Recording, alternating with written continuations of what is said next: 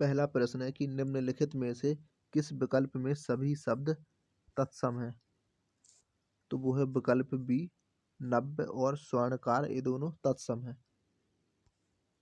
इनके तद्भव रूप हैं, तो नव्य का है नया और स्वर्णकार का है सुनार।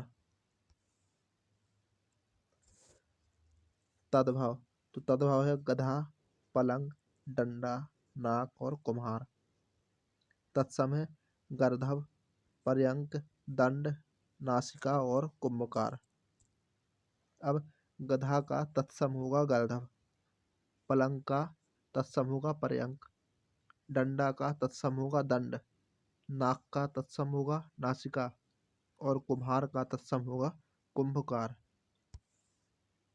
दूसरा प्रश्न है कि नलिन और राजीव शब्द निम्नलिखित में से किस शब्द के पर्यायवाची हैं? तो नलिन और राजीव कमल के पर्यायवाची हैं, ऑप्शन नंबर डी। नलिन और राजीव कमल का पर्यायवाची शब्द है। अंबर आकाश का पर्यायवाची शब्द है। पंकज, नीरज, पुंडरीक, उत्पल, कोकनद, तोयज ये सभी हैं कमल के पर्यायवाची। पूर्व और उत्तर के बीच की दिशा, इस वाक्यांश के लिए एक शब्द निम्नलिखित में से कौन सा होगा? तो पूर्व और उत्तर के बीच की दिशा होगी ईशान, ऑप्शन नंबर एक। पूर्व और उत्तर के बीच की दिशा ईशान। पश्चिम और उत्तर के बीच की दिशा वायव्य। पश्चिम और दक्षिण के बीच की दिशा नैऋत्य और पूर्व और दक्षिण के बीच की दिशा आग्नेय। अगला प्रश्न है कि किस विकल्प में श्रुति सम भिन्नार्थक का सही अर्थभेद है? तो वो है ऑप्शन नंबर बी। शशधर का होगा चांद और शशिधर का होगा शिव। निम्नलिखित में से किस विकल्प में शुद्ध वाक्य है? तो वो है दीन दुर्बलों को प्यार करना मानवता है, ऑप्शन नंबर सी। अन्य विकल्पों के शुद्ध रूप हैं वह ऑफिस में बैठकर मेरी प्रतीक्षा कर रहा है। 10 बजने में 15 मिनट हैं।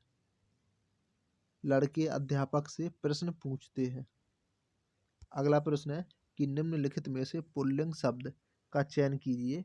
तो पुल्लिंग शब्द होगा विहार, ऑप्शन नंबर डी। जिन शब्दों से पुरुष जाति का बोध हो उसे पुल्लिंग कहते हैं और जिन शब्दों से स्त्री जाति का बोध हो उन्हें स्त्रीलिंग कहते हैं।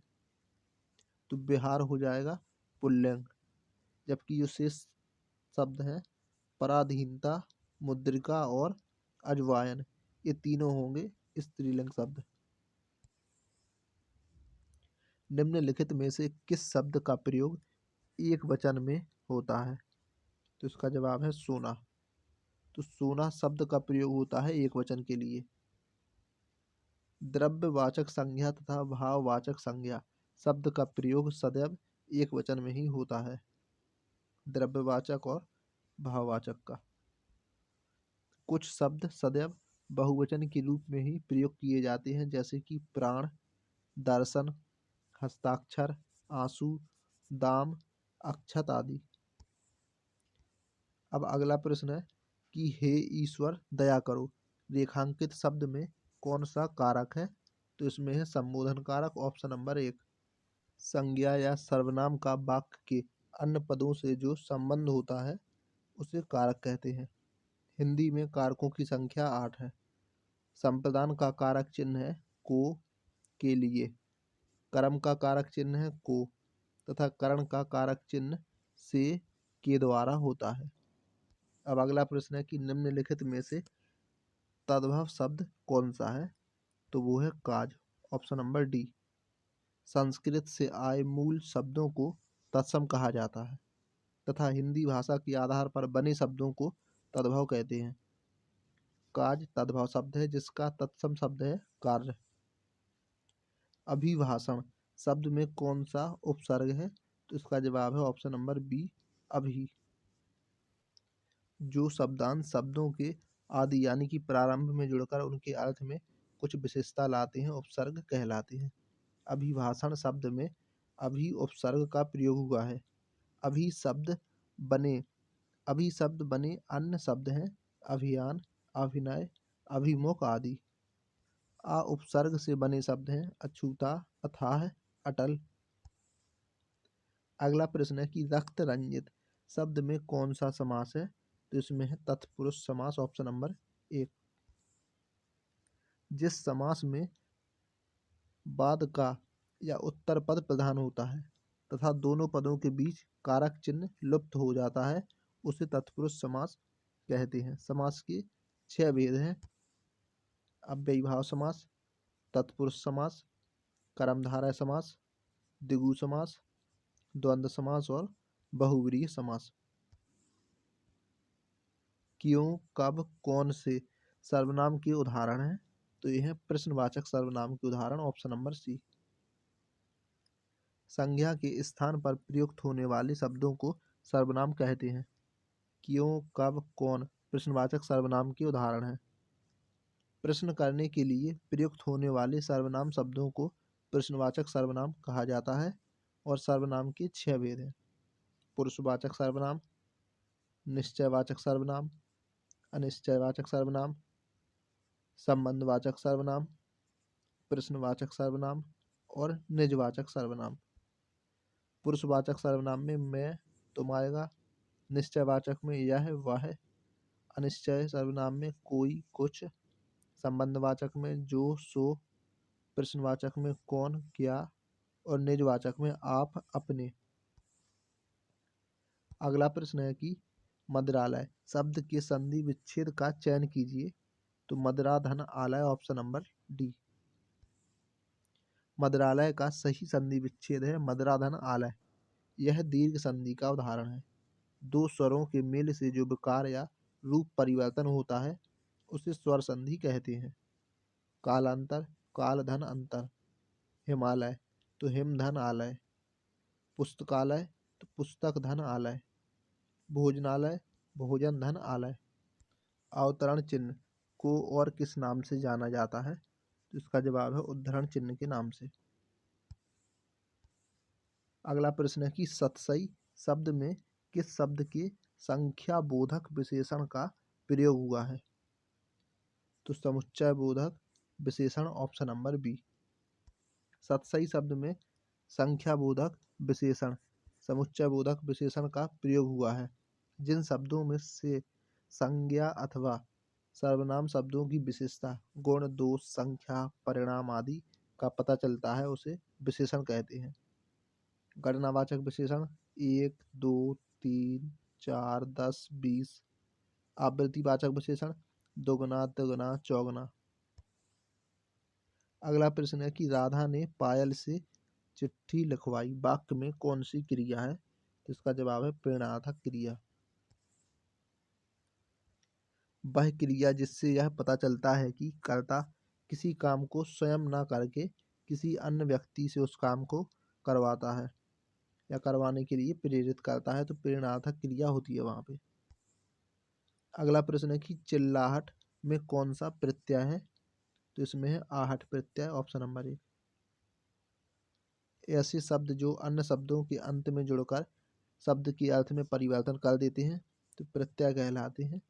आहट प्रत्यय वाले अन्य शब्द हैं गर्माहट, कड़वाहट, घबराहट आदि। राम अभी सोएगा इस वाक्य में कौन सा वाच्य होगा? तो कर्त वाच्य, ऑप्शन नंबर बी। राम अभी सोएगा वाक्य में कर्त वाच्य होगा। क्रिया के जिस रूप में कर्ता प्रधान हो उसे कर्त वाच्य कहते हैं। तिल का ताड़ बनाना मुहावरे का अर्थ बताइए। तो साधारण बात को बढ़ा चढ़ाकर कहना, ऑप्शन नंबर 1। परोक्ष का विलोम शब्द क्या है? तो परोक्ष का विलोम होगा प्रत्यक्ष, ऑप्शन नंबर डी। स्थूल का विलोम होगा सूक्ष्म। चमड़ी जाए पर दमड़ी ना जाए लोकोक्ति का अर्थ निम्नलिखित में से कौन सा है? तो अत्यधिक कंजूस होना, ऑप्शन नंबर बी। क्रोध किस रस का स्थायी भाव है? तो ये है रौद्र रस का। रस और उनके स्थायी भाव, तो रौद्र रस का स्थायी भाव है क्रोध। वीर रस का है उत्साह, भयानक रस का है भय और बीभत्स रस का है जुगुप्सा या घृणा। सोरठा की द्वितीय और चतुर्थ चरण में कितनी मात्राएं होती हैं? तो इसका जवाब है 13 मात्राएं। पहले और तीसरे चरण में होती हैं 11 मात्राएं। सोरठा छंद दोहा छंद का उल्टा होता है। निम्नलिखित में से किस अलंकार में समान धर्म का होना अनिवार्य है? तो उपमा में, ऑप्शन नंबर बी। जहाँ उपमेय की तुलना उपमान से की जाती है वहां पर उपमा अलंकार होता है। उपमेय, उपमान, समान धर्म वाचक शब्द उपमा अलंकार के अंग हैं। निम्नलिखित में से भाग शब्द का अनेकार्थी शब्द किस विकल्प में नहीं है? तो इसका जवाब हो जाएगा ब्याज, ऑप्शन नंबर बी। बाकी जो भाग के अर्थ हैं वो है हिस्सा, बांटना और भागना। वह बाजार जा चुका है, इस वाक्य का काल पहचानिए। तो आसन्न भूतकाल या पूर्ण वर्तमान काल।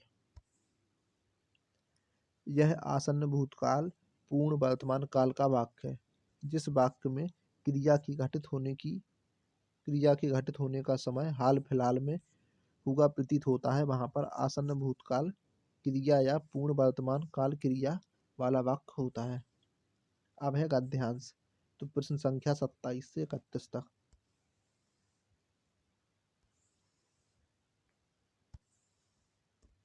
27वां प्रश्न है कि भारतीय लेखकों की किस्मत खराब है क्योंकि उनकी पुस्तकों को यहाँ के नागरिक गर्व योग्य नहीं मानते, ऑप्शन नंबर 1।